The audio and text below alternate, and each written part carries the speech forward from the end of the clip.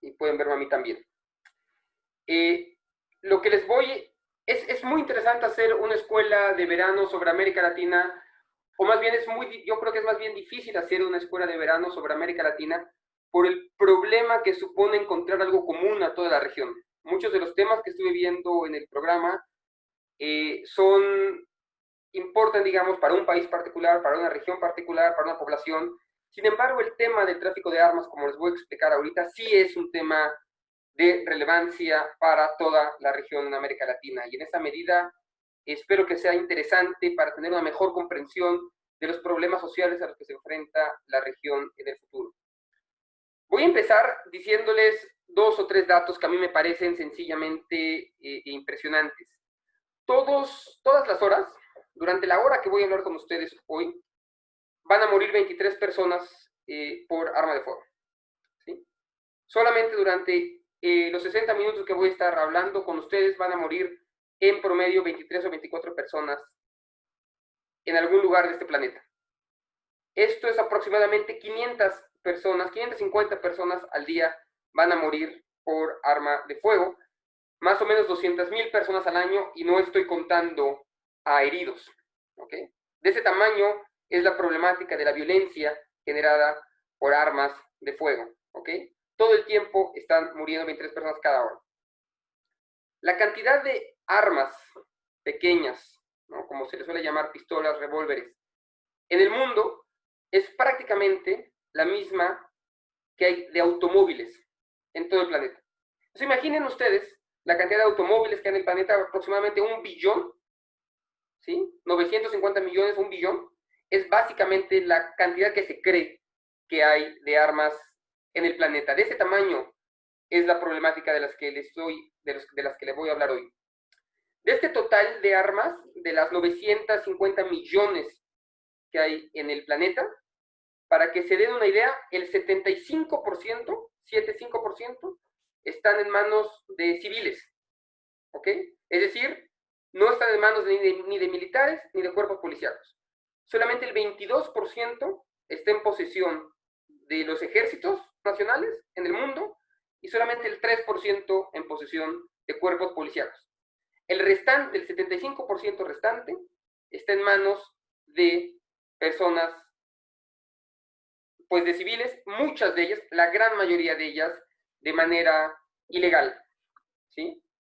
Un dato más con respecto a el negocio armamentista en el mundo es aproximadamente, de esto les voy a explicar ahora los pocos datos que se tienen, pero se calcula que es de alrededor de 72,000 millones de dólares. Son cifras que nos parecen incomprensibles a nosotros los mortales, pero para que les den una idea, con 72,000 millones de dólares se pueden construir 5 muros en la frontera México-Estados Unidos, como los que ha propuesto el presidente Trump, al año.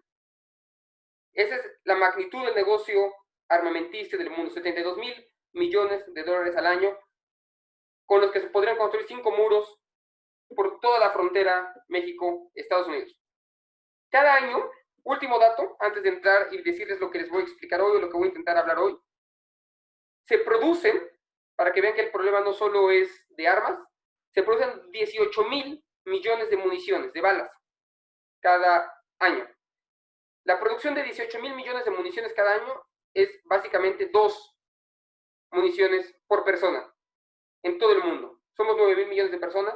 Bueno, imagínense que cada año en este planeta se producen 18,000 millones de municiones cada año. ¿De acuerdo? De ese tamaño es el problema y voy a intentarles, a partir de estos datos, presentar un panorama general del problema de las armas en América Latina. Les voy a explicar lo siguiente, si les parece bien, durante los siguientes 40 minutos. Tampoco quiero aburrirlos demasiado y más bien me interesa que vengan con sus preguntas. Voy a hablarles un poco del problema metodológico que supone el estudio de las armas. Les voy a decir cómo yo mismo he estudiado el tema de las armas, cómo me dedico a estudiar esto, y por supuesto estoy abierto a que ustedes me escriban algún correo electrónico para ver de qué manera, si les interesa trabajar este tema, puedan trabajarlo en un futuro, ¿no? Entonces es una puerta abierta para hacer investigación con ustedes con respecto al problema de las armas en América Latina. Entonces voy a hablar del problema metodológico para su estudio en la región. Voy a hablar de 3 problemas principales, de los 3 problemas centrales que yo veo para el tema de las armas, que es el desvío de armas por parte de autoridades estatales, el tráfico de hormigas, como se suele llamar, en la región, el tráfico de pequeñas cantidades de armas, la posesión de armas por parte de actores no estatales en toda América Latina, y luego voy a ir haciendo recomendaciones de política pública para resolver estos problemas, o que yo creo cómo debería avanzar la región hacia ese sentido. La segunda parte de la charla la voy a dedicar a un problema que me ha ocupado bastante investigar en los últimos años, que es el problema de la exportación legal de armas, y me voy a basar sobre todo en el caso México y Alemania, o México-Europa, para hablar de lo que yo creo que es la responsabilidad que tienen los países europeos para con la región y con la violencia en la región. Y entender en esa medida la violencia en América Latina, no solamente como la violencia connatural a los problemas económicos, sociales, políticos que hay en la región, sino cómo esa violencia que se construye todos los días en América Latina es interdependiente de la violencia que también existe y se promueve desde el norte global, en este caso desde Estados Unidos, pero también desde Europa. Entonces, solamente para cerrar, la hipótesis central de esta última parte de la charla sería que no es posible entender la violencia criminal en la región sin comprender las interdependencias que se van construyendo a partir de las relaciones entre Europa, entre Estados Unidos y entre América Latina. Voy a intentar hacer una recomendación de política pública para resolver esos problemas y voy a avanzar hacia algunas conclusiones, que es lo que me gustaría que se quedaran en la cabeza, digamos, para la charla de hoy. Espero que les parezca bien digamos, este breve esbozo de cuál es el problema de las armas y violencia en América Latina y que algo les quede para el futuro. Y repito, la puerta está abierta para hacer más investigación al respecto. El problema, empiezo hablándoles del problema metodológico para el estudio de las armas en América Latina. Obviamente, como ya les dije, el problema de las armas y de la violencia de las armas no es connatural a la región, pero América Latina tiene problemas muy particulares con respecto al tema de las armas. Para empezar, hay muy pocas investigaciones etnográficas, ¿no? Soy un gran defensor de la investigación etnográfica para estudiar violencia criminal en general en América Latina, por las condiciones de inseguridad, por la falta de apoyo por parte de instituciones públicas. Es muy difícil realizar investigación etnográfica sobre armas en América Latina. Por tanto, todo lo que sabemos o es Big Data, ¿no? Son como muchos datos, o son hipótesis, o es bibliografía secundaria. Pero la verdad es que sabemos muy poquito sobre investigaciones etnográficas. Yo he podido ir a algunas regiones a entrevistar gente, a ver cómo funciona un poco mejor el mercado de las armas ilegales, sobre todo en la frontera México-Estados Unidos, en la parte en Centroamérica, así como en Colombia y Venezuela, pero realmente tenemos muy poca investigación etnográfica. Y los datos oficiales que tenemos, los datos de la policía, son siempre fragmentados e insuficientes, ¿no? Los registros policiales en América Latina, como lo saben, pues son muy malos. Las encuestas de victimización, que son una gran herramienta para entender cuántas armas existen en un país, son más bien malas. Tenemos muy pocos datos de confiscaciones, algunos son locales, algunos son nacionales, de tal manera que es muy difícil saber realmente cuántas armas tenemos, y las series de tiempo sobre precios de armas también son muy malas. En Estados Unidos, por ejemplo, se realiza cada año una encuesta en la que se ve cuál es el precio más o menos en el mercado negro de las armas, etcétera, etcétera. Nada de esto tenemos para América Latina. Otra cosa que tampoco tenemos en la región es colaboración sistemática entre policías y académicos, ¿no? Recién viví algún tiempo en Europa, en Alemania y en Inglaterra, y una de las cosas que más me sorprendí es de la capacidad que tienen las policías locales, los gobiernos locales, para tratar el tema con académicos, ¿okay? No existe tal cosa en la región, que haya más compenetración y más diálogo para entender, para formar datos, hipótesis, trabajo en conjunto entre policías y académicos. Ojalá hubiera más en el futuro. Y en América Latina hay esto que se llama, mucha secrecía, ¿no? La cultura dominante de la seguridad nacional, esta idea de que toda la información puede afectar de alguna u otra manera temas de seguridad nacional, y por tanto no hay información. Los gobiernos no están tradicionalmente no comparten información al respecto de cosas de seguridad. Estudios precarios sobre seguridad en América Latina, muy poca gente que se haya puesto a estudiar estos temas a nivel licenciatura, maestría, doctorado. Una de las cosas que más como decimos en México, me reviento, me enoja, es que después de 15 años de violencia criminal, después del 2006, ¿no? Cuando sube la violencia de forma dramática en México, no hayamos podido construir instituciones, no hayamos podido construir realmente grados de licenciatura, de maestrías, en donde se estudien este tipo de cosas con cierta profesionalidad. Entonces, a diferencia de Inglaterra, probablemente de Alemania y otros países, no tenemos estudios buenos sobre seguridad en América Latina, ¿ok? Esto en cuanto al problema metodológico del estudio de las armas en América Latina. Se pueden salvar de algunas maneras, cada vez hay más fundaciones que están dispuestas a dar dinero para esta investigación, y cada vez hay más investigadores. Yo sería un caso de esto, ¿no? Que aunque hayamos estudiado otras carreras, nos dedicamos tangencialmente también al estudio de las armas y su relación con la violencia en América Latina. Eso, bueno, en cuanto al problema metodológico, ¿no? Me gustaría hablarles brevemente, para aquellos que no hagan mucha ciencia social o que no estén tan informados alrededor de cuál es el papel específico de la región en temas de violencia, lo siguiente. En América Latina, aquí, bueno, pueden ver en la gráfica que les estoy mostrando, cómo América Latina, la población en América Latina constituye solamente el 8% de la población mundial, ¿sí? Solamente el 8% de la población mundial está en América Latina, y sin embargo, en América Latina se producen el 33% de los homicidios mundiales. Ahí hay una desconexión brutal. 1 de cada 3 asesinatos en la región, en el mundo, se cometen en América Latina, aunque somos una región mucho más, muy minoritaria en cuanto a población, ¿no? 8%. Lo que quiero explicar hoy es esta pues incongruencia, ¿no? Entre la cantidad de homicidios mundiales y la población mundial, y el papel de América Latina en esto. Ahora bien, no toda la región es violenta, no en toda la región existen problemas severos de criminalidad y de violencia. Este es un breve recuento, y lo que les muestro son los clústeres criminales. Por ejemplo, si vemos las estadísticas de 2010 en México, vemos que en el estado de Chihuahua, uno de los 32 estados que hay en México, se cometieron en el año 2010 el 25% de los asesinatos, 1 de cada 4. En un solo estado de la República de 32, se comete el 25% de los asesinatos. Y en ese estado, solamente en una ciudad, que fue Juárez, se cometieron el 59% de los asesinatos. Esto solamente es para explicar o para hacerles entender un poco que la violencia, sobre todo la violencia homicida, está clusterizada, está limitada a regiones muy específicas, como les voy a enseñar a continuación.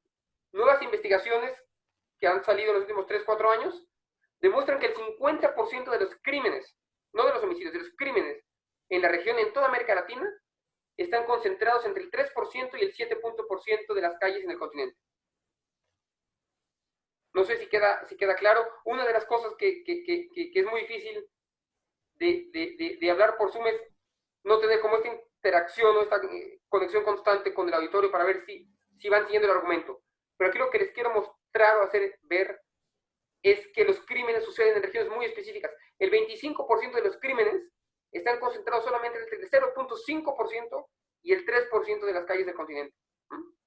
En el restante 98, 97% no se cometen crímenes. Está bastante bien focalizado. Bueno, también la violencia con armas de fuego en América Latina está igualmente clusterizada en barrios, en calles específicas, en esquinas y a ciertos horarios, ¿no? Aquí no lo voy a plantear tanto, pero también la mayor parte de la violencia en América Latina se comete entre las 11 de la noche y las 4 de la mañana, y eso les va a sonar como un poco extraño, pero en ciertos días particulares, por ejemplo, los domingos, suelen ser 3 veces más violentos que los martes o los miércoles, ¿no? Entonces, se tiene una idea muy vaga de dónde se cometen los crímenes, de a qué hora se cometen los crímenes y de quién comete los crímenes también. Otros datos que seguramente ya ustedes conocen acerca de esto, no quiero detenerme mucho en esto porque es más bien general, pero en la región están 17 de los 20 países más violentos, ¿no? Del mundo. 17 de los 20 países más violentos en el mundo están en América Latina.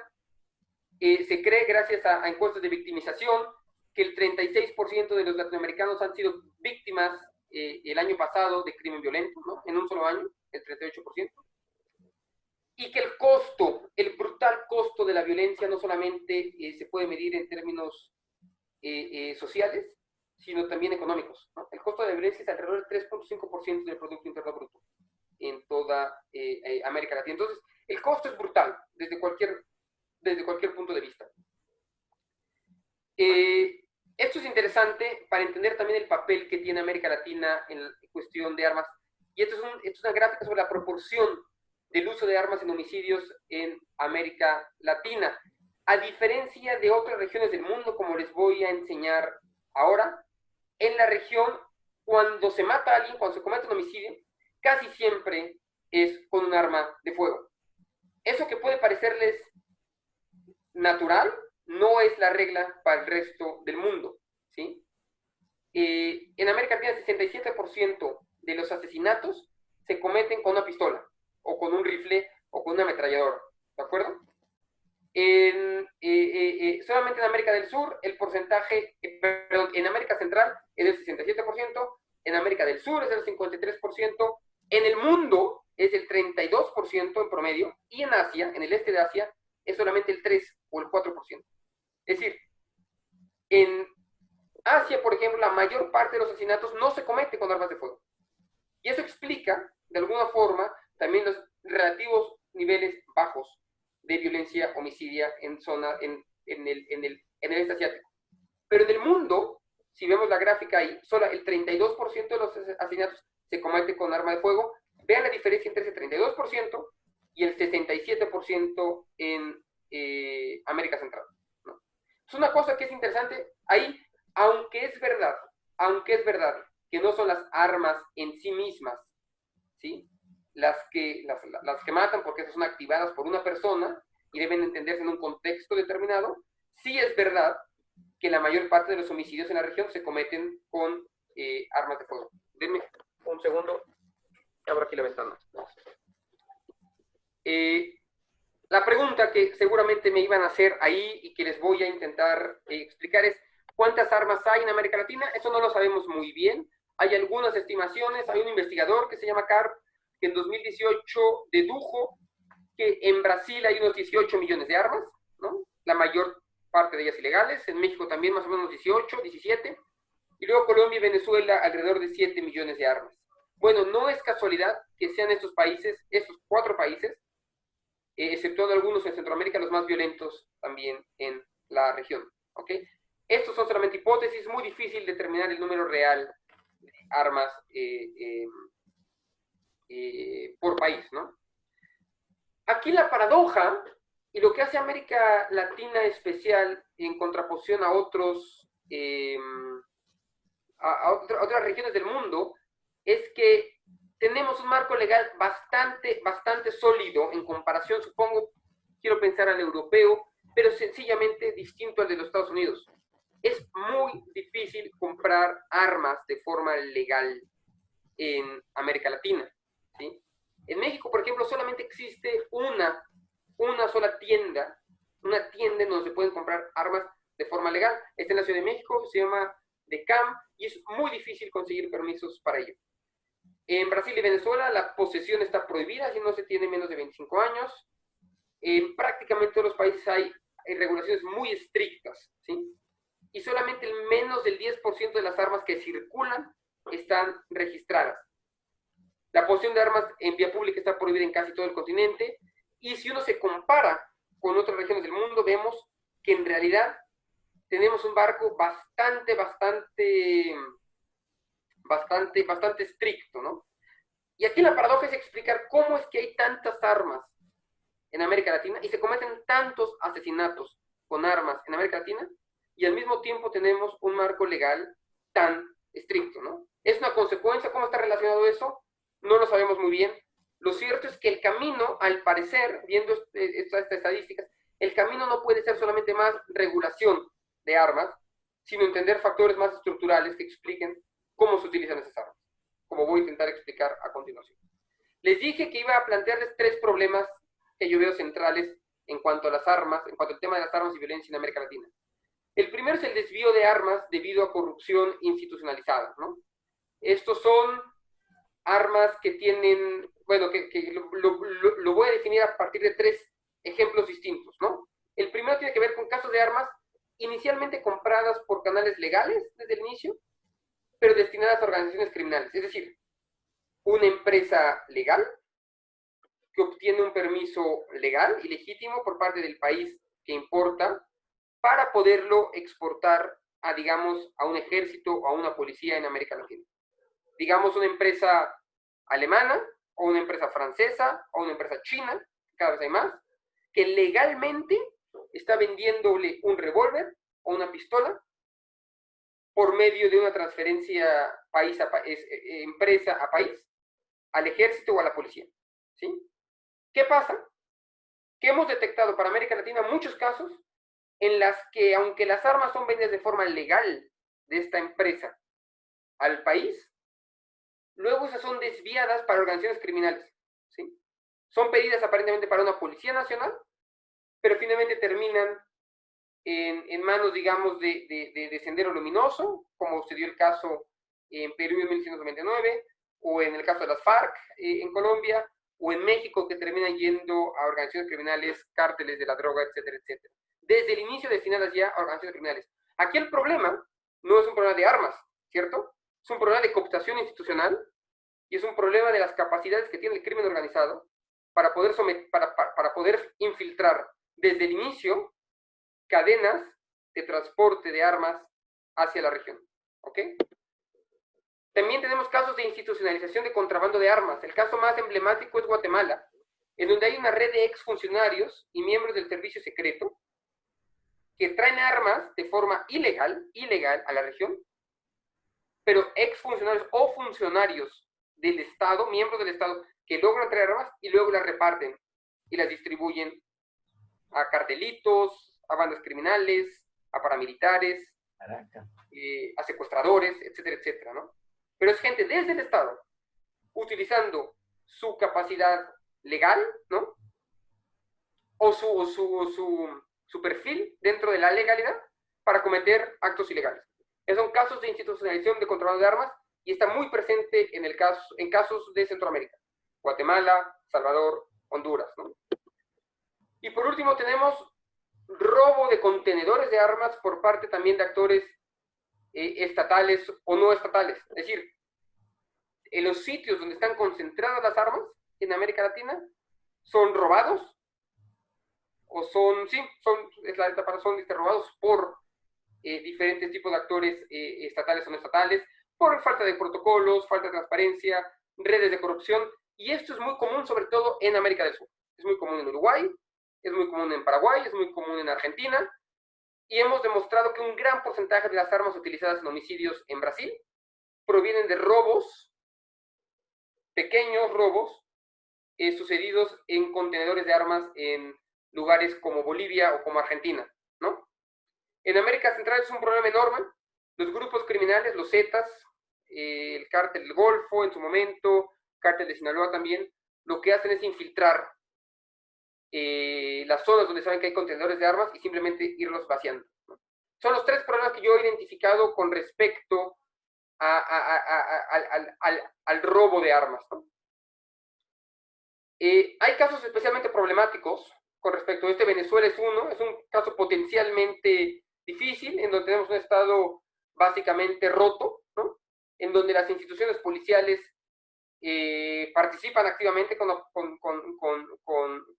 redes criminales y de narcotráfico. Y en Venezuela, a pesar de la crisis económica, está a punto de construirse una fábrica Kalashnikov que va a supervisar el Estado venezolano, pero que sabemos que el Estado venezolano no tiene ni la capacidad ni el deseo para regularizarlo.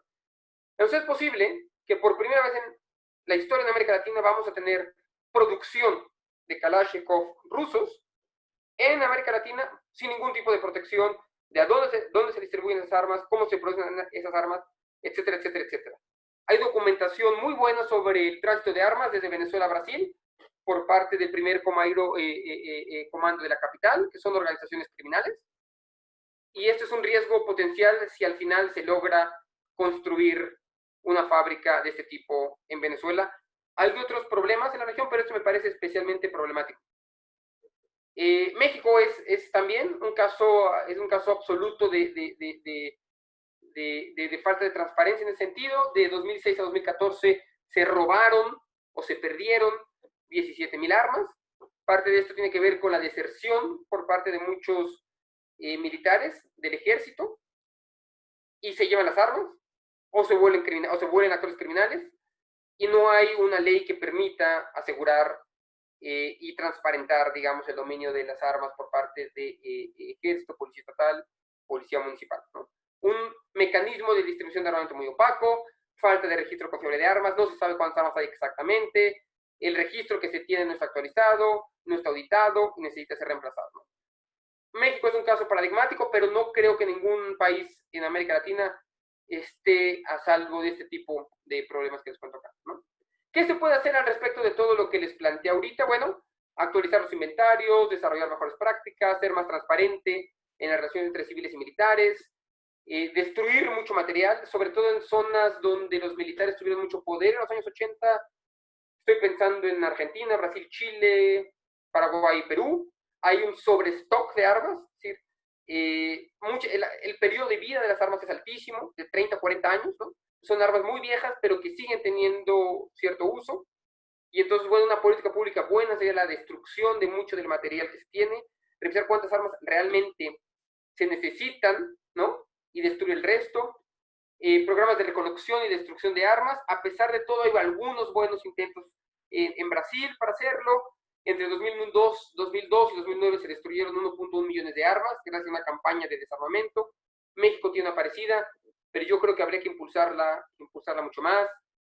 Estrategia de marcación de armas implica que cada arma que se produzca o que se exporte tenga un sello que diga cuál es el origen puntual, cuál es la institución que la tendría que tener, cuál es la persona a la que fue vendida esa arma, para que cuando se encuentre el arma en un acto criminal pueda ser entonces trazada y marcada hasta su lugar de origen, ¿no? Entonces hay muchas políticas públicas con respecto a eso y ojalá se siga haciendo. Hay un riesgo monumental con respecto a esto y son cada vez los discursos populistas de derecha por poseer armas, ¿no? El caso de Brasil, donde Bolsonaro decía que todos los ciudadanos tienen derecho a tener armas. En México hay dos partidos políticos que quieren implementar una reforma de armas para que la gente tenga más armas. En Argentina algo parecido. Entonces hay con mucha presión, sobre todo por grupos de derecha, para garantizar el acceso a armas por parte de la población, que se sabe, ni siquiera creo que tenga que plantearlo el día de hoy con ustedes, no es que sea una relación directa, pero tener más armas forzosamente va a volvernos una sociedad más violenta, ¿no? Con matices que en algún otro momento les platicaré, pero está probado que si tenemos más armas en la calle circulando, vamos a tener también mayores grados de homicidio, ¿ok?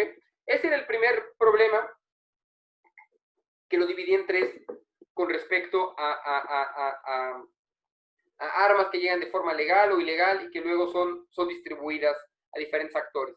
Hay otro fenómeno que seguramente ustedes están más familiarizados con él, que es el contrabando hormiga de armas, de partes y componentes. Es especialmente problemático para México y para América Central. Estas son armas manufacturadas en los Estados Unidos o importadas legalmente a Estados Unidos y luego traficadas ilegalmente a México, ¿no? Esos son los casos obvios en que gente de México, de Estados Unidos, compra legalmente armas en las más de 8,000 armerías o tiendas que existen en los Estados Unidos y luego las meten en un carro, en una cajuela, pasan por la frontera en el carro y luego las venden de forma ilegal en México. Entonces en Estados Unidos hay 8,000, hay más armerías que McDonald's, en Nuevo México, en Texas, en Arizona, en California, donde se venden muy barato las armas de manera legal, prácticamente en Texas, por ejemplo, sin background checks, sin saber quién está comprando el arma, se compra de forma legal, ¿sí? Digamos por $300, y luego se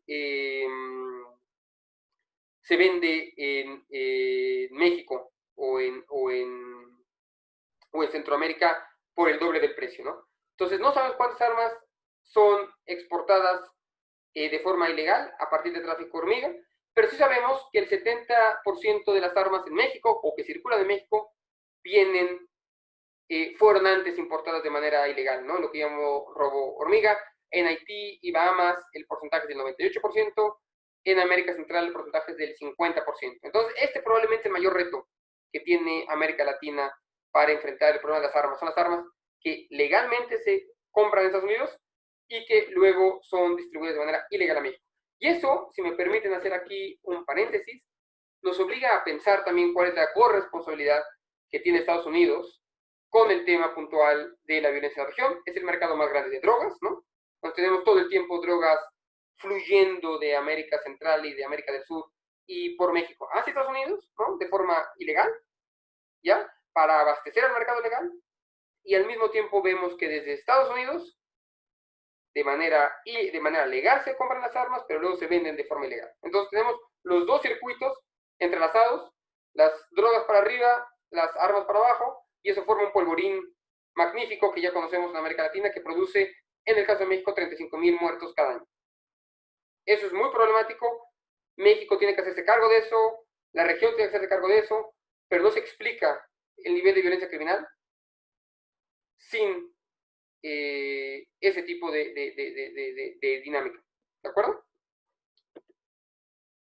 Es lo que les explicaba hace rato. La frontera se calcula, un camarada con el que estuve trabajando calcula en 200,000 el número de armas que al año son importadas de México. Ese sería, si es verdad que son 200,000 al año, son básicamente unas 700 armas que todos los días son importadas ilegalmente a México. Entonces, por más que tú confisques droga, armas, metas presos, siempre vas a tener el stock de armas por parte de grupos criminales, siempre va a ser enorme, ¿no?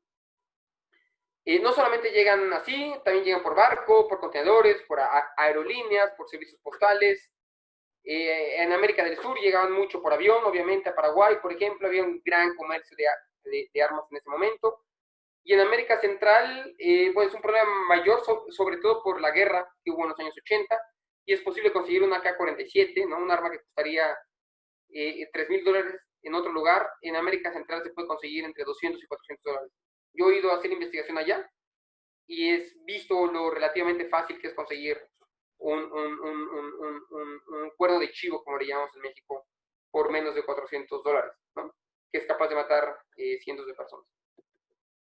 Esta es una imagen que refleja la triste realidad, ¿no? En azul, los puntos en donde se compran las armas de forma legal. Y en lo que hemos hecho nosotros, lo que hemos logrado construir en nuestra investigación, es mostrar lo cerca que están las armerías legales donde se compran y se venden esas armas, con los sitios donde se mata a la gente, que son los lugares en rojo, ¿no? Entonces hay una correlación incluso casi por distancia de dónde fue a comprar el arma y dónde fue asesinada la primera persona con esa arma. ¿De acuerdo? ¿Qué política pública? Entender que la confiscación no es suficiente. Puedes tú confiscar todas las armas que quieras todos los años, pero siempre va a seguir funcionando el mercado ilegal, ¿no? Entonces, concentrar solo los esfuerzos en destruir armas, como dije antes, o en cuidar que no se las roben, está muy bien, hay que hacerlo, pero sin entender esta otra parte del mercado ilegal es difícil. Una política pública enfocada en la reducción de la demanda, tenemos que atender las causas estructurales, ¿no? Porque nada de lo que les digo tiene una solución a corto plazo. Si no cambia la política de droga, ¿no?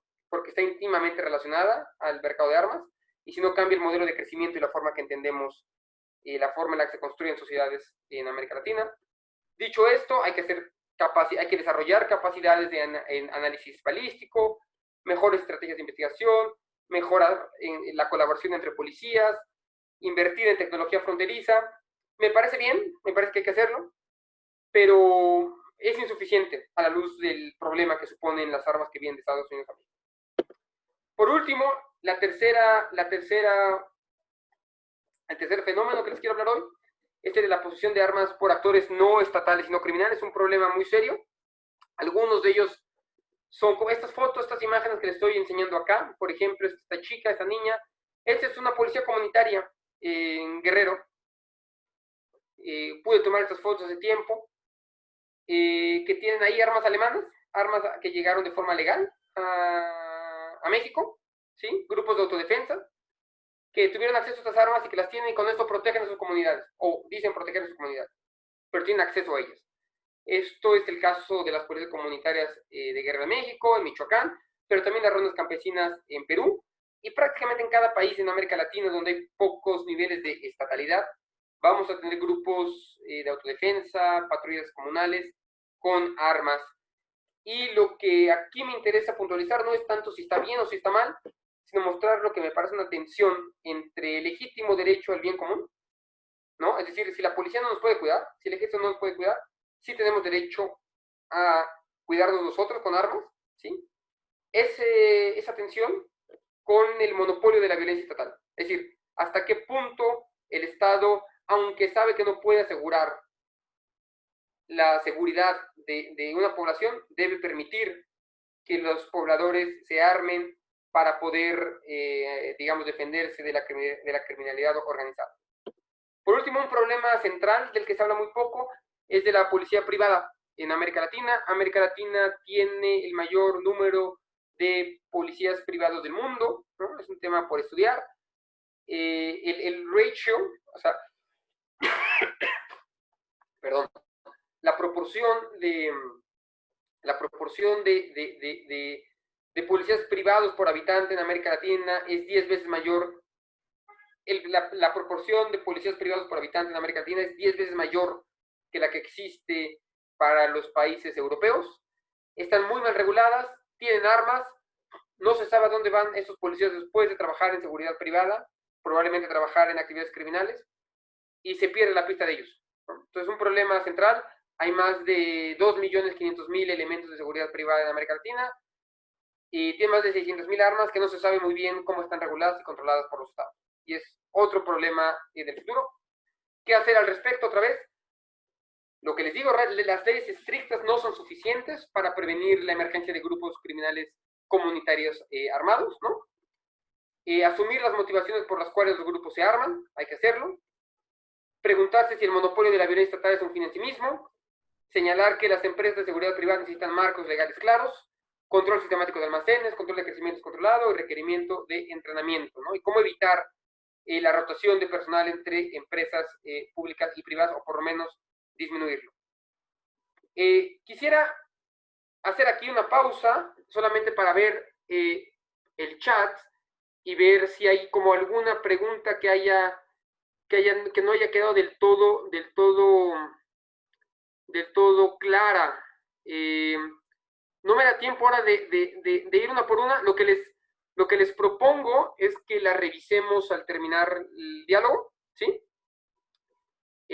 Porque si no, no voy a poder contestarlas, pero lo que sí me comprometo es no solamente a contestar sus preguntas durante el final de la sesión, sino también a ponerme en contacto con ustedes si me quieren mandar un correo y discutir alguno de estos temas, ¿ok? Los últimos 10 minutos de esta charla es básicamente para explicarles o para puntualizar lo que yo creo que es la otra parte de la historia, ¿no? Es la responsabilidad de las empresas de armas frente a la crisis de violencia, volviendo a la primera de las hipótesis con las que empecé esta conversación. Señalar el tema de los mercados legales. Cada vez se exportan más armas a América Latina legalmente, desde Alemania, desde Inglaterra, desde Estados Unidos, desde Francia, desde Alemania, también desde China, también desde Rusia. Ha aumentado muchísimo la cantidad de armas importadas. Y aquí explicarles que, bueno, el mercado legal de armas funciona como les decía, son empresas, ¿no?, que normalmente están en países del norte global, que necesitan permisos para poder exportar las armas. Los estados nacionales que dan esos permisos tienden a no querer que estas armas vayan a lugares en situaciones de conflicto, ¿no? De hecho, tienen leyes que en principio evitarían que vayan a situaciones de conflicto, pero la verdad es que están en una tensión entre apoyar a su propia industria armamentista y entre proteger los derechos humanos a los lugares a donde van a llegar esas armas, ¿no? Entonces hay países que tienen regulaciones más laxas y países que tienen regulaciones un poco más estrictas. Alemania, por ejemplo, tiene una regulación muy estricta desde a dónde se pueden llevar las armas, aunque ha habido muchos escándalos. Pero Estados Unidos, por ejemplo, casi no importa el criterio de derechos humanos al momento de dar permisos de exportación de armas. De hecho, ha pasado una cosa muy curiosa en América Latina, en el mundo, y es lo que yo he documentado como un desplazamiento de los mercados de producción de armas de Europa a Estados Unidos.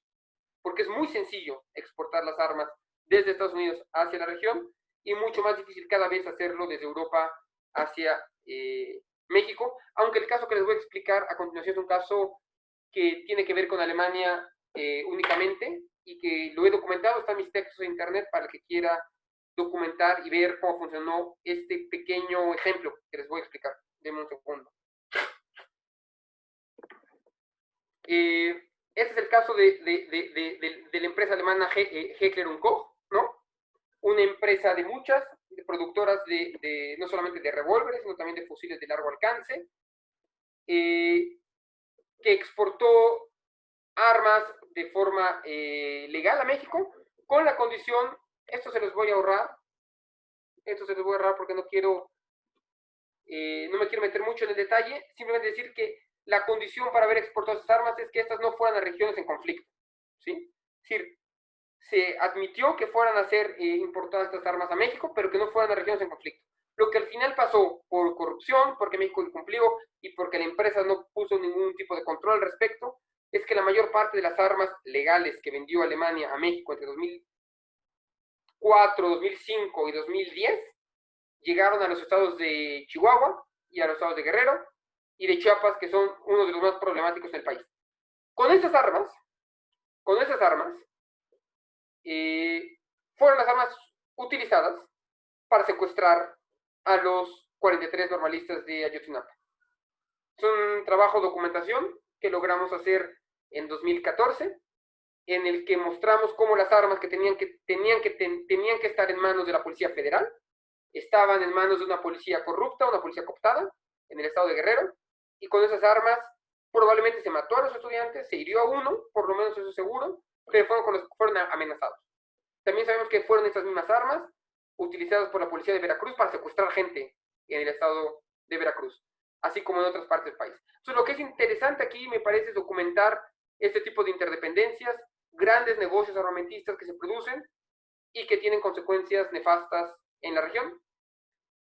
Esto es, digamos, la cantidad de armas que produce Heckler & Koch, muchas de ellas importadas también hacia México. De hecho, en México durante muchos años se produjo el propio modelo en sus fábricas.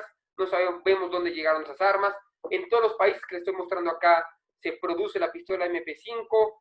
Luego no hay forma de saber en dónde terminan esas armas, etcétera, etcétera. Quería hablarles un poco, no me va a dar mucho tiempo para hacerlo porque prefiero, ya les digo, concentrarme en las preguntas. El caso de la empresa Sig Sauer, otra empresa alemana, muy interesante, una empresa que fabricaba en Alemania, pero como cada vez era más difícil exportar hacia América Latina por la dificultad de conseguir permisos del gobierno alemán, lo que empezaron a hacer es simplemente construir sus propias fábricas en Estados Unidos. Hicieron una joint venture, que es una suerte de empresa hermana de la empresa alemana Sig Sauer en Alemania, la pusieron en Estados Unidos y desde ahí han exportado cantidad de armas hacia la región sin ningún problema. Recientemente firmaron en 2015 un contrato con el gobierno mexicano para producir cualquier cantidad de rifles y pistolas, un contrato de 236 millones de dólares del que no se sabe absolutamente nada. Estamos fuera de todo tipo de transparencia, no sabemos dónde se van a hacer, ni quién las va a hacer, ni quién las va a utilizar, y el contrato tiene vigencia todavía 4 años más. También tenemos casos de exportación, esto es muy interesante, de exportación de máquinas que producen máquinas para hacer armas, ¿no? Entonces, básicamente lo que las empresas últimamente están haciendo, además de hacer impresoras 3D, es básicamente vender a los países en desarrollo este tipo de máquinas que te ayudan a producir las armas en sí mismas, ¿no? Entonces, no va a ser necesario en el futuro ya la idea de que las armas se van a vender simplemente de Europa para México, de Estados Unidos para México, sino simplemente se van a vender las máquinas que le van a permitir la tecnología a muchos gobiernos en América Latina producir las armas por sí mismas. En fin, llego a las conclusiones. Denme 5 minutos más de su atención, solamente para señalarles qué es lo que creo que vale la pena llevarse de esta reunión del domingo, que me da mucho gusto compartir con ustedes. Lo primero es que hay una relación directa, bueno, una relación estrecha, pero diferenciada, ¿ok? entre armas y violencia según la región. El contexto importa, ¿sí? No es lo mismo un arma cargada en un barrio en Perú que uno en el campo en Argentina o en Uruguay o en Ciudad Juárez. Dependiendo del contexto económico, político, social, el potencial de violencia de esa arma va a ser distinto, aunque sí existe una relación estrecha, siempre como académicos que ustedes son, hay una relación diferenciada que hay que tomar en cuenta. ¿De acuerdo? Lo segundo es que las soluciones de política pública, incluidas las que les mostré, lo que es triste, básicamente de lo que propuse hoy, es que no resuelve la magnitud del problema. Nada de lo que planteo hoy resuelve la magnitud del problema que va a evitar que todas las horas esté asesinando gente en la región con armas de fuego.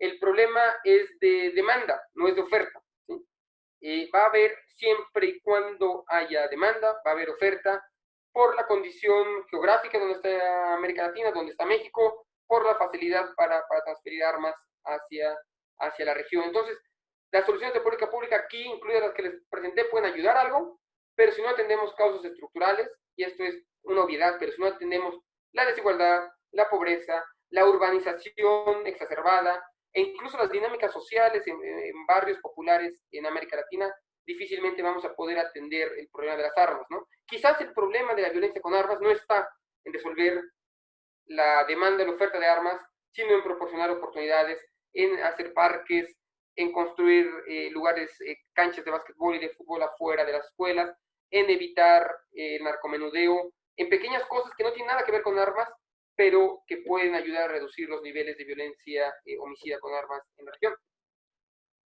La oferta de armas está íntimamente relacionada a otros problemas, ¿no? Lo que les planteaba ya, el tráfico de drogas, la desigualdad, la falta de Estado de Derecho, ¿no? O sea, si no atendemos el tema de la política de drogas, de la desigualdad y la falta de Estado de Derecho, difícilmente vamos a poder atender el problema central de las armas. El tema, es una tesis que a mí me encanta, y se las planteé ya, se las repito, el tema de las armas es una muestra de la existencia de interdependencias violentas, o lo que yo llamo interdependencias violentas, entre el sur y el norte global. No es la misma, no es la única. Hay muchas formas en donde entre Europa, Estados Unidos y el norte global se producen interdependencias globales con América Latina a través del consumo de bastantes sustancias, incluido el de drogas. Y eso para entender que la violencia pues no es inherente a una región, sino está inmersa, digamos, en un complejo de relaciones que es importante entender.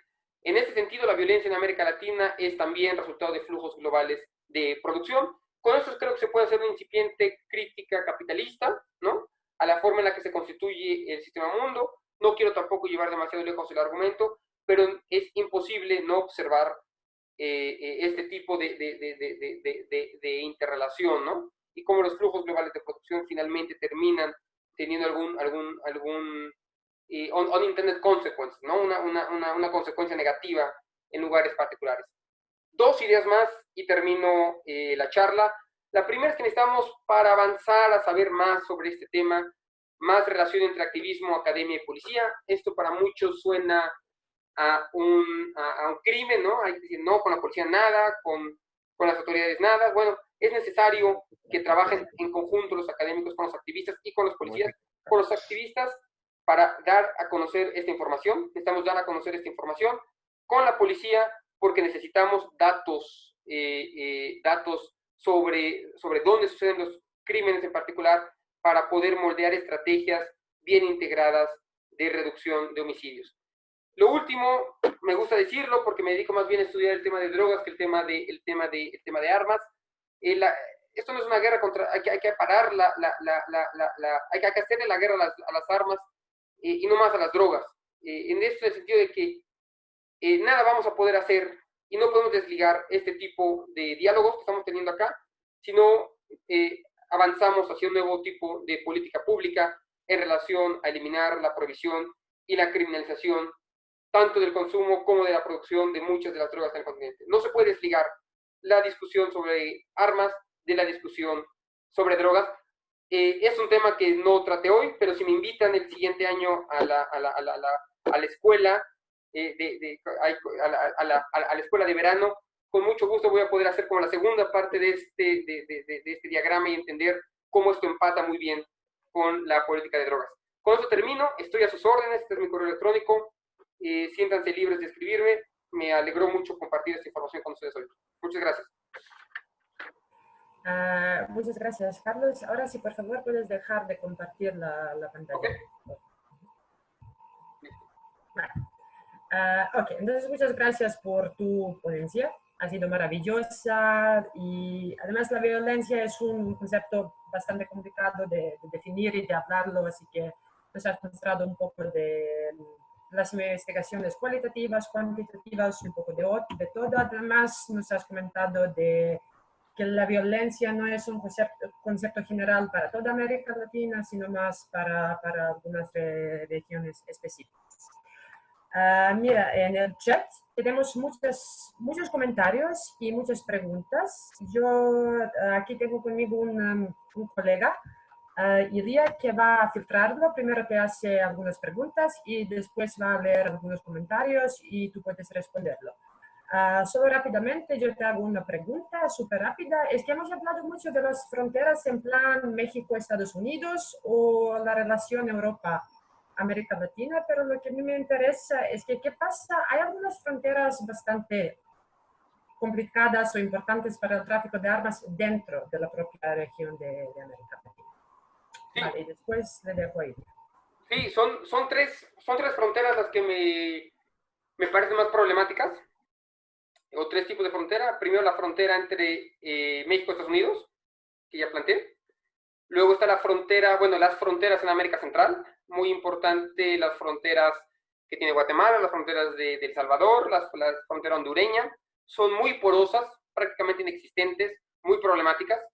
Y luego otra frontera donde yo he hecho alguna investigación es la Argentina, Brasil, Paraguay, ¿no? Es triple frontera, en donde es un paraíso, digamos, para los mercados ilegales, incluyendo el tráfico de armas ilegal, ¿no? Entonces, una cosa interesante, un buen proyecto de investigación a futuro, me parece, es una comparación de las dinámicas de ilegalidad en estas tres fronteras, ¿no? México, Estados Unidos, las de América Central, y luego la triple frontera entre Argentina, Brasil y Uruguay, y Paraguay.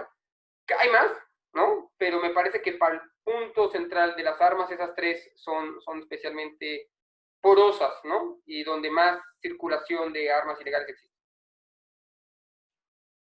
Vale, muchas gracias. Ahora, Ilia, ¿dónde estás? Puedes empezar con las preguntas. Estoy aquí.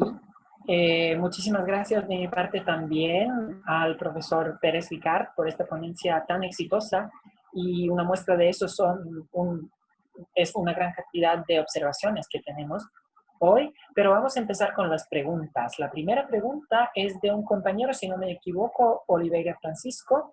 Él pregunta: deseo saber la opinión del profesor en relación con la construcción de la fábrica de armas en Venezuela.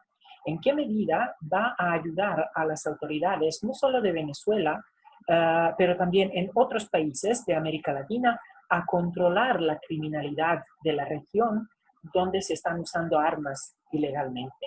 Gracias. No, aquí lo que quería puntualizar es que esto está documentado, ¿no? Hay además trabajo trabajo judicial muy bueno al respecto de esto. Parte del gobierno venezolano es un gobierno cooptado por intereses criminales. Full stop, ¿no? Eso no está siquiera a discusión. Vive de la renta de mercados ilegales, incluyendo el mercado de metales, ¿no? En el Orinoco, pero también de mercados de droga y también de venta de armas. Lo que estoy planteando aquí es que si se construye esta fábrica, si se termina de construir, es un proyecto que tiene desde 2002. No lo han acabado de construir, afortunadamente, porque no tienen dinero y porque está destruido el país, ¿sí? Pero la idea es, o lo que les quiero transmitir es que es muy peligroso, quitando, digamos, el tema de Venezuela en la cabeza, es muy peligroso que estados sin capacidad para regular y para establecer el Estado de Derecho, ¿sí?, sean capaces de tener, o más bien tengan ese tipo de fábricas que luego no pueden controlar más o que controlen para intereses criminales. Entonces, es muy problemático que un gobierno como Venezuela tenga acceso, ya no digamos solamente importar armas, sino producir Kalashnikov en ese país. No, es decir, fábrica no va a ayudar a regular la criminalidad que ya existe, sino podría tener efectos nocivos, no solamente en Venezuela, sino en la región, en desestabilizar gobiernos y en apoyar intereses criminales. Entonces, muy problemático que suceda eso, ojalá no. Todavía no se construye la fábrica, hasta donde entiendo se iba a acabar en 2020, 2021. Vamos a ver qué pasa. La situación es tan trágica en Venezuela que ojalá eso se dé marcha para atrás. Y ahí la responsabilidad, hay que ser muy francos, también es del gobierno ruso, porque ellos no tendrían por qué o estar accediendo a dar permisos para que una de sus empresas sea capaz de fabricar en Venezuela por el gobierno venezolano bajo patente Kalashnikovs en Caracas. Vale, muy bien, muchas gracias. Tenemos una intervención de nuestro participante Carlos Rangel Pérez. Él quería hacer la pregunta en vivo. Carlos, por favor. Inicio. ¿Sí me escuchan? Sí, lo escucho. Ahora sí. Hola, Carlos. Parece que somos tocayos. Yo soy mexicano y estoy acá en Italia. Me da mucho gusto saludarte. Mira, sé que es poco el tiempo y quisiera agradecer, obviamente, porque hoy termina a la escuela por los maravillosos temas que se están tocando. Ayer empezábamos a hablar del neoliberalismo y tú sabes que va correlacionado al fenómeno que tú estás tratando, ¿no? En este caso. Te lo puse y te lo escribí ahí. Yo estoy acá en Italia, tengo mi trabajo, soy promotor cultural. Me interesó mucho haber contactado a la escuela y ojalá este tipo de encuentros sirva a futuro, como bien tú dijiste, para seguir siguiendo hablando del tema. Mi pregunta concreta y como reflexión también es, ¿cuál es tu opinión del actual gobierno y de la creación de la Guardia Nacional, Carlos? Y si tienes presente, veo que eres muy joven, pero tienes una gran carrera por lo que veo. Te recordarás el caso Irán-Contras a mitad de la década de los 80 en Estados Unidos, con todo lo que generó, con toda la marea de corrupción que generó. Probablemente a lo mejor el grupo aquí en Europa no lo tenga presente, pero les invitamos, me atrevo a hacerme partícipe yo también, de que lo lean, de que lo vean. Se llama así, Caso Irán-Contras, chéquenlo. Y por último, sí, si la ecuación del problema de las drogas, Carlos, como te lo escribo, ¿no? Seguiremos poniendo los mexicanos los muertos y los gringos las armas. ¿Tú crees que ahora con el actual gobierno esa parte de la ecuación llega, no digo a cambiar, ¿no? Pero que al menos el común denominador ya no sean tantos muertos como no se ve para cuándo vaya a parar esta situación terrible por la que estamos pasando, ¿no? Y pues nada, esa sería mi intervención para dar más espacio a las más preguntas que te vayan a llegar. Muchas gracias, Carlos. Te escribí también mi correo, les escribí también ahí para el grupo y bueno, pues aquí me tienes a tus órdenes y por acá estamos. Muchas gracias. Muchas gracias. Muchas gracias, tocayo. Italia hay que estudiar mucho Italia porque Italia tiene una gran industria armamentista. Y acá está la Drangheta y la Cosa Nostra y está con el cartel del... Luego hablamos de eso. Hay que investigar eso también. Tocaste 4 temas, los voy rápidamente, luego hablamos con más profundidad, pero los voy a plantear. El neoliberalismo, ¿cuál es hay mucha investigación que plantea la relación estrecha entre neoliberalismo y violencia. Yo creo que existe, hay que complejizarla, no es directa. No todos los países neoliberales tienen grandes índices de violencia. Hay países que han intentado ir por una vía no neoliberal y tienen grandes índices de violencia también. Es muy complejo. Creo que no. Y yo asumo, yo sí soy de los que cree que el neoliberalismo ha tenido efectos muy nocivos en cuanto a cómo se configuran las sociedades en América Latina, ¿no? Y claro, ha sido el caldo de cultivo para mucho de la violencia criminal hoy, ¿no? Lo que es más interesante es estudiar cuáles son los mecanismos concretos, más que decir, el neoliberalismo en su conjunto produce esto, qué mecanismos muy particulares son los que luego van a desencadenar dinámicas violentas. ¿Cuáles son? Hay que identificarlos, y en donde sí es cierta la explicación y donde no es cierta, pues el trabajo de cualquier científico social, ¿no? Como ir probando nuestras hipótesis, pero hay gran investigación que por lo menos sí demuestra algún tipo de relación, si no causal, por lo menos estrecha, ¿no? Entre sistemas de producción neoliberales, ¿no? Y sistemas de vida neoliberales y violencia criminal. En cuanto a la Guardia Nacional, yo he escrito cualquier cantidad de cosas en contra de la militarización de la seguridad pública. Yo creo que es problemática la militarización de la seguridad pública, pero también es cierto que las instituciones civiles en muchos países del continente no han resuelto problemas muy serios, ¿no? Y también es cierto que los ejércitos en América Latina, habría que hacer una charla completa sobre el papel de los ejércitos en América Latina. Con mucho gusto también, Tijana, contémpleme para el año que viene para poder hablarles de un tema de investigación que me fascina, que es cuál debe ser el papel de los ejércitos. Bueno, yo creo que están completamente en desuso los ejércitos, algo hay que hacer con ellos, y probablemente hay algo que hacer con ellos que puede ser revestirlos o reconfigurarlos como instituciones de seguridad pública, con muchos controles, con muchos balances. Entonces, tengo como estas dos, quizás contradictorias ideas. Por un lado, estar en contra de que se militarice la seguridad pública. Por otro lado, sí me parece problemático que haya 200,000 mexicanos, en nuestro caso, ¿no?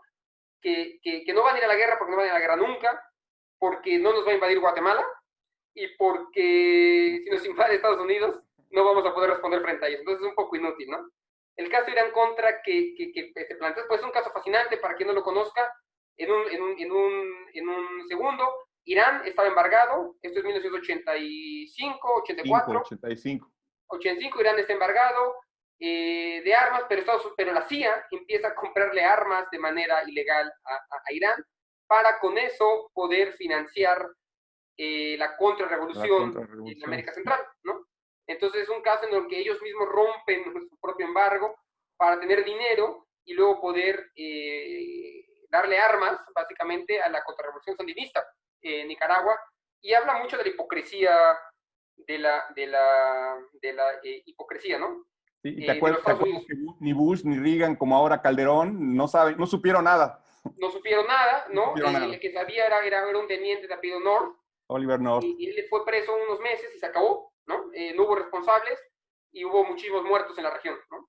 Es el caso documentado, pero no significa que no haya habido casos parecidos. Esto se supo de casualidad, ¿no? Y fue un escándalo. Sí. Pero hay quienes creemos que esta misma dinámica ha sucedido también para México en otros momentos, ¿no? Con el cártel de, lo que se llamó el cártel de Guadalajara. Entonces, eso es común. ¿Y cuándo va a acabar esto? Bueno, yo no veo solución a todo esto si no es estructural y si no se replantea realmente la política de drogas, ¿no?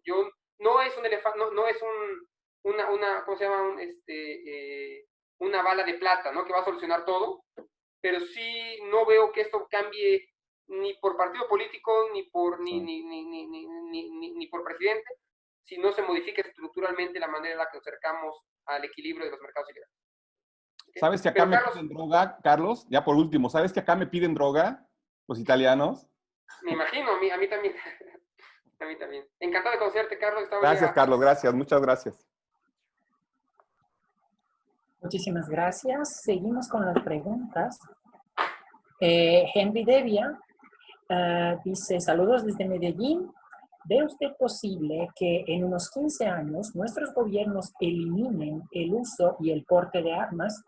¿Es viable una cultura ciudadana en nuestras sociedades cuando los gobiernos y las fuerzas militares son partícipes del tráfico de armas y los grupos de narcotráfico son los que financian el mercado ilegal? Bueno, yo estoy fundamentalmente en contra de que los ciudadanos tengan acceso a armas, ¿no? Sobre todo en regiones tan desiguales como las nuestras.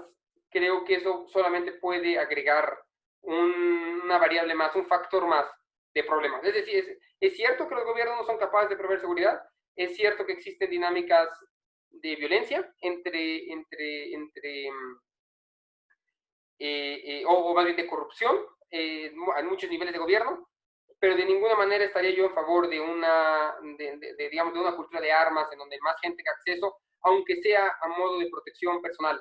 Me parece que las ventajas que puedan existir son mucho menores a las desventajas, ¿no?, que puede haber en el futuro.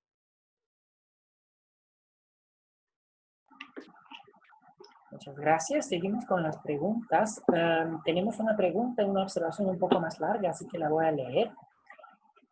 De Laura Pamela Aranda Medrano. Ella dice, yo soy de Michoacán, México, y en mi estado predominan los grupos autodefensas. En un principio surgieron con la finalidad más inocente de protegerse de que los narcos les roban de limón, aguacate y demás. Me tocó vivir en esa situación en el 2014, cuando tenía 16 años. Siempre he sido de las personas que no se quedan quietas ante lo que pasa a mi alrededor.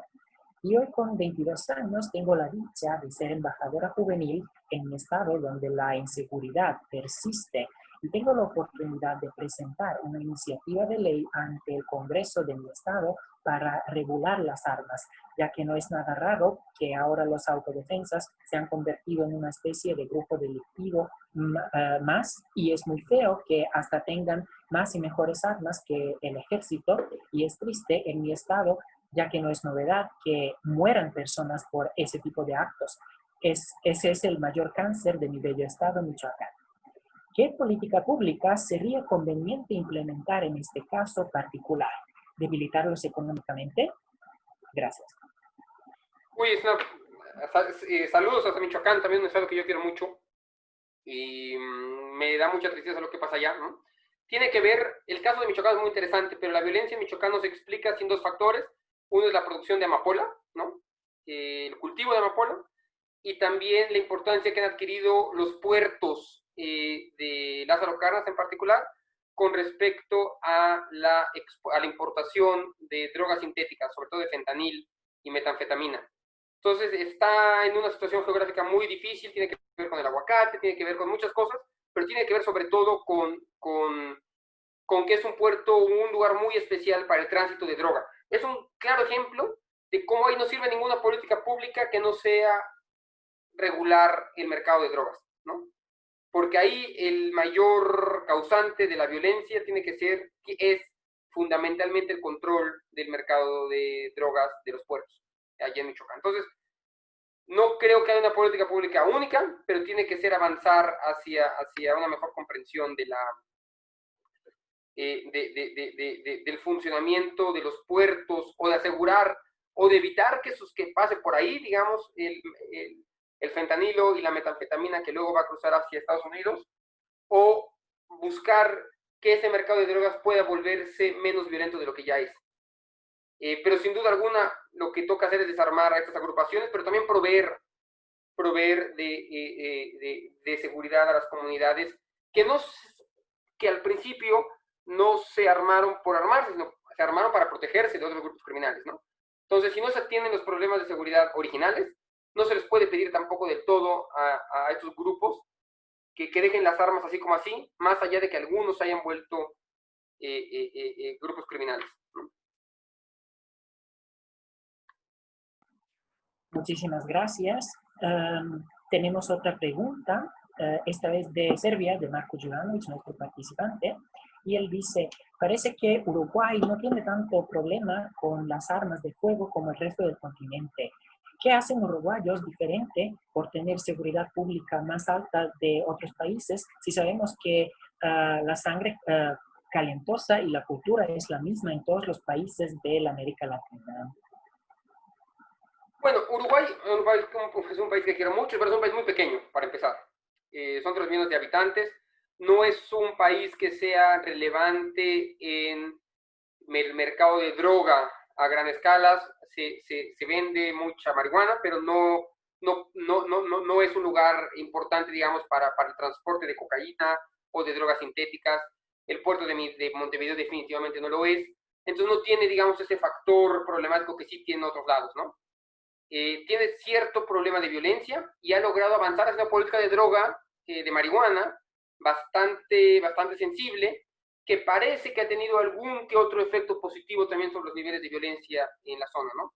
Y luego Uruguay tiene características demográficas, sociales, es un estado mucho más poderoso y también con mucho más nivel de estatalidad que otros, ¿no? Entonces, es difícil ahorita en una sola respuesta mostrar por qué Uruguay es diferente, ¿no? Pero yo insistiría en las 3 variables. Una, no es un mercado de distribución ni de consumo relevante. 2, un país pequeño, eminentemente pequeño y por lo tanto más fácil de controlar, con un estado mucho más fuerte. Y 3, también tiene una tradición histórica distinta y sus zonas son tradicionalmente, su historia contemporánea también explica mucho de por qué tiene relativos bajos niveles de droga, violencia, aunque es verdad que tienen un nivel relativamente alto de armas per cápita, pero sobre todo en regiones rurales, ¿no? Son armas que se utilizan más bien para proteger grandes extensiones rurales, más que estén presentes en barrios urbanos, ¿no? En fin, es más complejo, yo tampoco soy experto en Uruguay, pero es verdad que no creo que sirva como ejemplo, pero sí tiene, digamos, particularidades que lo hacen diferente al resto. Gracias. Continuamos. Tenemos otra pregunta de nuestra participante Vanja Velisavljević de Serbia. Ella dice, ¿podríamos ver niños en estas fotos? ¿Cuál es su opinión sobre cómo se podría presentar este tema a los niños? ¿Cómo explicamos por qué estos enormes números son importantes? ¿Cómo explicar el miedo? Enseñarles sobre la violencia. Somos mayores y podemos entender lo que significan estos números, pero niños... Sí, aquí la gran tragedia del continente, la gran tragedia de México, la guerra contra las drogas, anunciada por Calderón. Voy a hacer un pequeño discurso, voy a volver a la pregunta, pero cuando en 2006 se lanza la guerra contra las drogas, había chicos de 5 o 6 años que son hoy los que están muriendo más por el problema de violencia, ¿sí?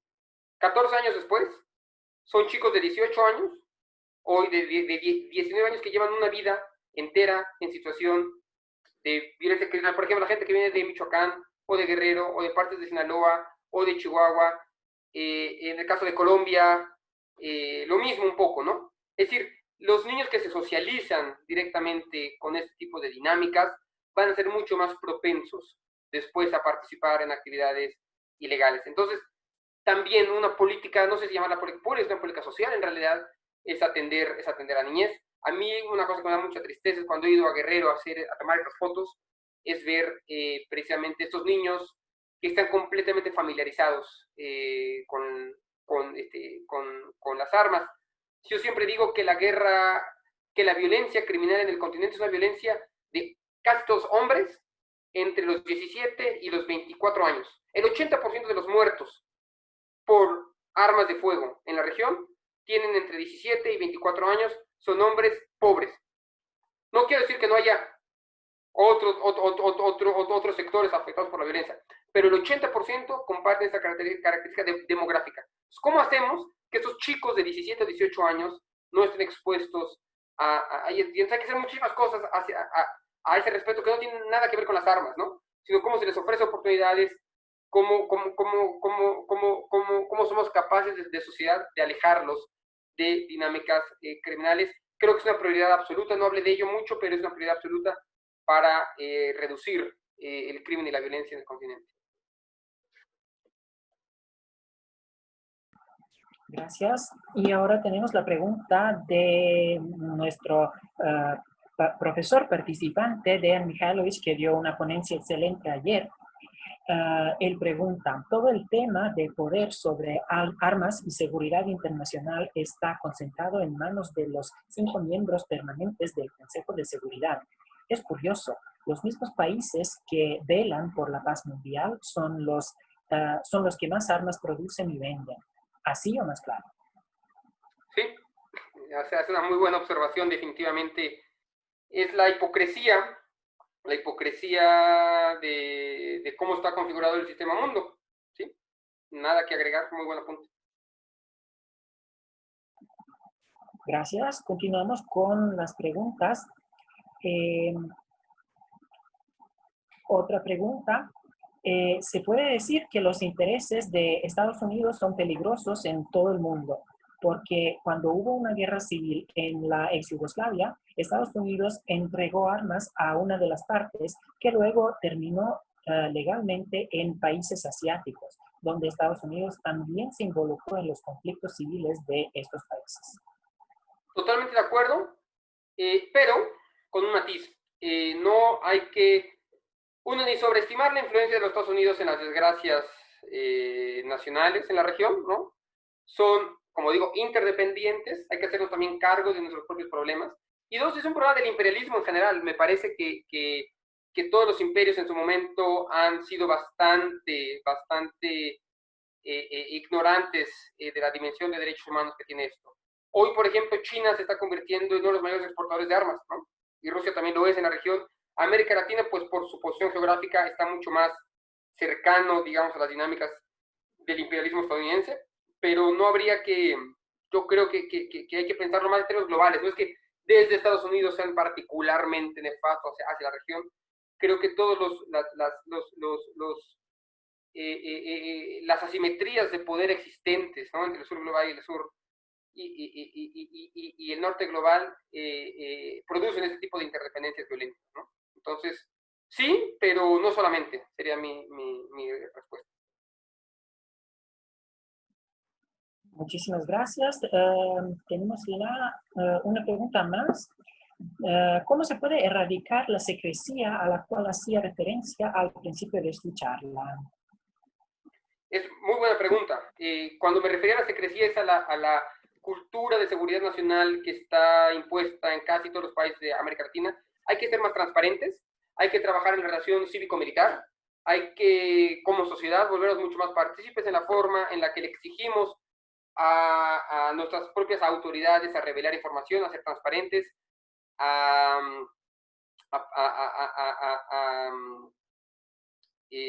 transparentar en general, ¿no? Me parece que esa debería ser una obligación de los estados en América Latina, que, por ejemplo, no sean siempre los ejércitos nacionales aquellos que tengan la facultad y el monopolio para distribuir y contabilizar las armas que existen en el país, sino que haya organizaciones no gubernamentales, que haya también organizaciones civiles inmersas en esto, y quitarle básicamente a los ejércitos el monopolio sobre la información y la distribución de armas en general, ¿no? Entonces, es trabajo hormiga, es hacerlo poco a poco, y creo que en algunos países en la región se está avanzando. En México, lamentablemente, no. Estamos exactamente en la dirección contraria, cada vez avanzando más.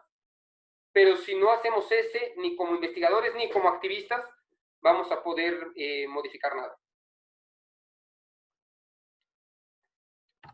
Vale, muchísimas gracias. Esto sería todo, si yo entiendo bien. Si yo he entendido todo bien, Tiana, si tú tienes algo que comentar o algo que decir, por favor. Muchísimas gracias, profesor Pérez Ricard. Muchas gracias a ti. Muchísimas gracias, Silvia. Muchísimas gracias a Carlos. Creo que no hemos saltado ninguna pregunta, que todo hemos dicho, y así vamos muy bien con el tiempo. Una vez más, profesor, muchas gracias, y muchas gracias a todos los participantes siempre por tener una serie de preguntas tan buenas y además de poner muchas preguntas. Y Ilia, muchas gracias a ti. Hemos llegado gracias a todos. Hemos llegado casi hasta el final de nuestra sesión, pero ahora voy a pasarle la palabra a Yelena